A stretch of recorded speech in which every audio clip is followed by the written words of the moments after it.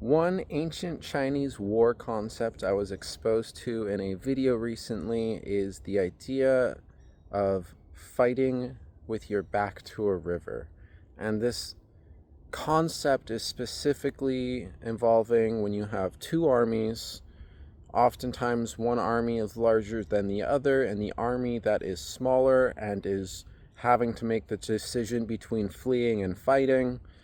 backs themselves up to a river and then turns and fights for their life. And oftentimes, the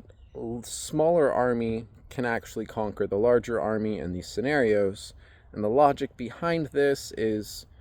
if you fight away from the river, if you try and get your army to turn and fight prior to backing yourself up and having no escape,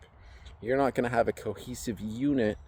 coming together to fight the enemy and to fight for their lives. There might be people who try and flee, and that could be the difference in the fight.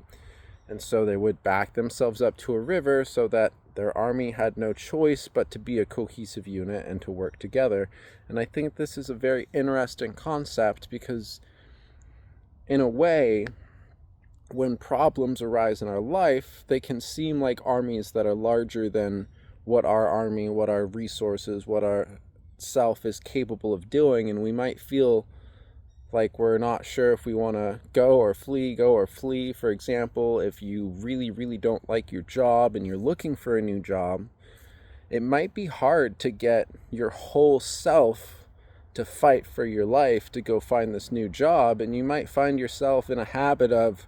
backing yourself up to the river where you quit your job, you haven't been working for a couple of weeks,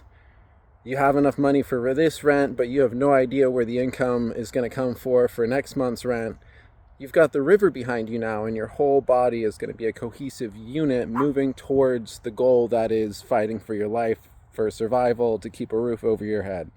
So I think this is a very interesting piece of wisdom that can be applied to much more than just combat.